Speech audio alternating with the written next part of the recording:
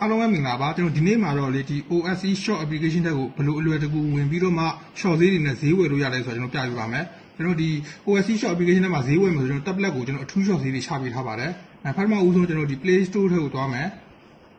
ပြီးရင်ကျွန်တော်ဒီ search ဆိုတဲ့နေရာမှာကျွန်တော်တို့ OSE ဆိုပြီးတော့ရိုက်ချမယ်ပေါ်လာပြီဆိုရင်တစ်ချက်နေပေးပါ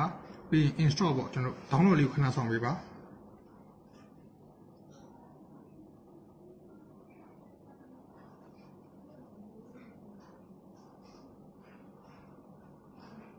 တောင်းပြီးတော့ဆိုကျွန်တော်ဒီ open လေးနဲ့เนาะကျွန်တော်ဒီ OSE short application တွေဝင်မယ်ဒီလိုပေါ်လာပြီဆိုရင်ကျွန်တော်ဒီအပြရောင်နဲ့ပေါ့เนาะဒီ asset လေးကိုတစ်ချက်ရွေးပေးပါ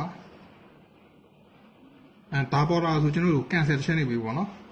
cancel နေပေးမယ်ပြီးရင်ကျွန်တော်ဒီ application တွေကဒီ service ပေါ့เนาะ service ကိုတစ်ချက်နေပေးပါ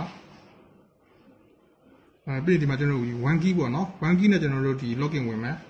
ဒီမှာဆိုရင်ကျွန်တော်ဒီတခြားဟာတွေပေါ့နော်ဒီ account login တို့ mobile login တို့ဒီ WeChat တို့ဒီ Google တို့ဘာမှရွေးပေးစရာမလိုဒီ one key လေးကိုပဲနေပေးပါ one key နေပေးတယ်ဆိုရင်သူ auto အကုန်လုံး login ဝင်တော့လိုက်ပါမယ်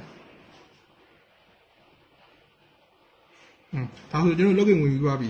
login ဝင်ပြီးသွားပြီဆိုရင်ကျွန်တော်ဒီဈေးဝယ်ချင်တဲ့ဘာညာဆိုရင်ကျွန်တော်တို့ဒီ short ဈေးဘာညာနဲ့ဝယ်ချင်တယ်ဆိုရင်ကျွန်တော်ဒီ service တွေကိုတွားပါနော်ပြီးရင်ဒီမှာကိုဖုန်းနံပါတ်တစ်ချက်ပို့ပြီးပေါ့3996635566ဒီလိုမျိုးပေါ့နော်ဒီကိုယ့်ရဲ့ဖုန်းနံပါတ်ကိုဒီကနေတစ်ချက်ပို့ပေးရဆိုရင်ကျွန်တော်တို့ရုံးဘက်ကနေပြီးတော့ကျွန်တော်တို့ဒီဖုန်းဆက်ပြီးတော့မှလိုအပ်တဲ့ပစ္စည်းရဲ့ဝယ်ချင်တဲ့ပစ္စည်းရဲ့ကို short လေးရတဲ့ဟာနဲ့ကျွန်တော်ပြန်ပြီးတော့ဆက်တော်ပြပါမယ်